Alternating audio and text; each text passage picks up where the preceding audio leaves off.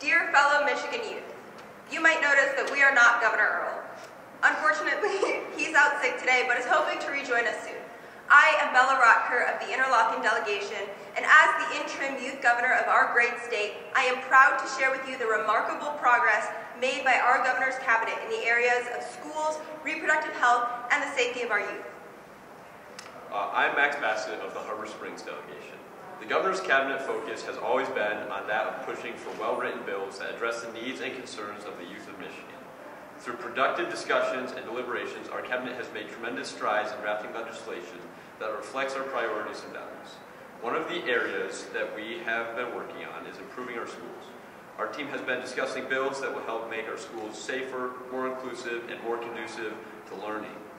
We believe that every student has the right to a high-quality education, and we are committed to ensuring that that becomes a reality.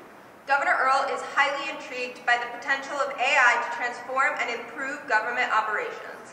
The governor's cabinet is committed to exploring innovative AI solutions that can enhance government efficiency, promote transparency and accountability, and ultimately improve the lives of citizens.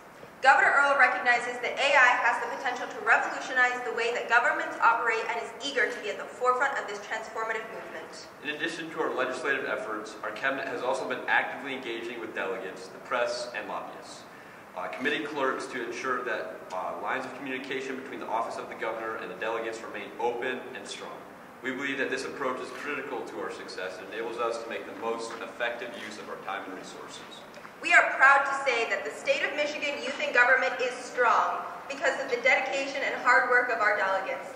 They are driven, determined, and capable, and we have every confidence that they will continue to work tirelessly to advance the interests of our state's youth. So let us continue to work together, to advocate for the policies that will help us build a brighter future for ourselves and for the generations to come.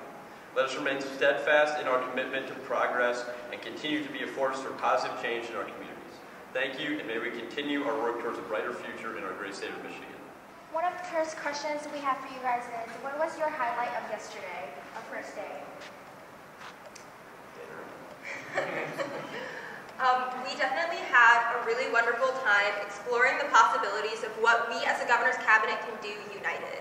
We explored different subjects such as the safety of schools and definitely considered the weight of recent events against what our legislators are interested in proposing and passing. We considered topics on controversial issues as well as things that we fully support. Thank you.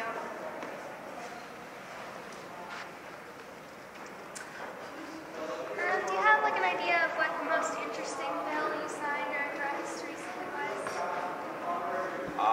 There is a bill that it's a bill that it's got like a wall that goes from the waist up in urinals. That one was interesting to say the least. There's some pretty funny joke bills, but there are also a lot of interesting bills that cover like a range of topics.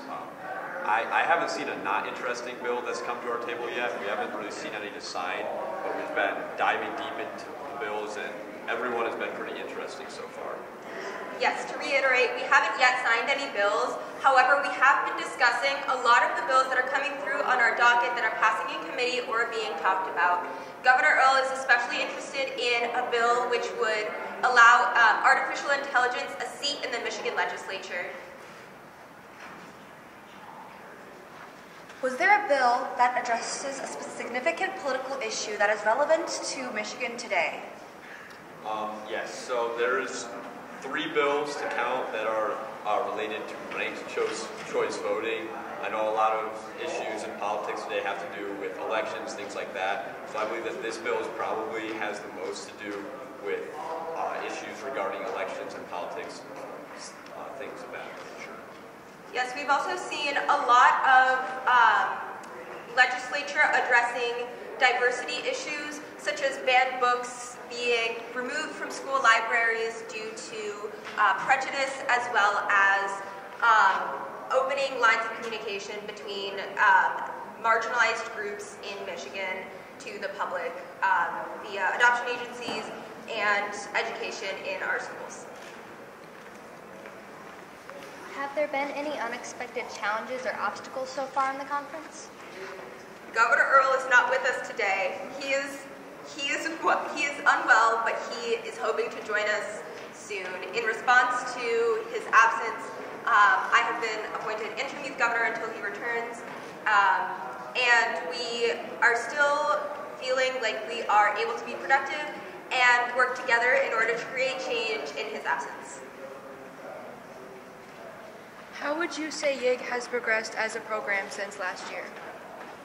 I think especially from us, we've been working on definitely being more open to committee chairs and just people in general. I know today we've gone out and searched for specific people. We've really tried to root out the problem of bills before they get to us so that we don't even have to veto them.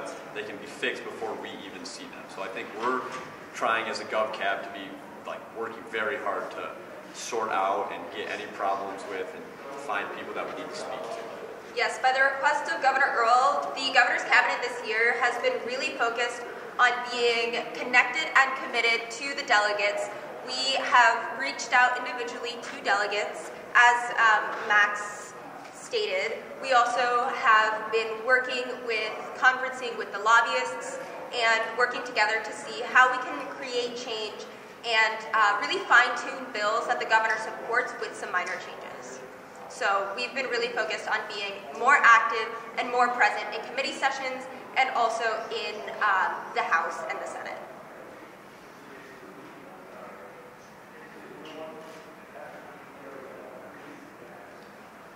Last but not least, what are you most looking forward to doing with the remaining amount of time of the conference?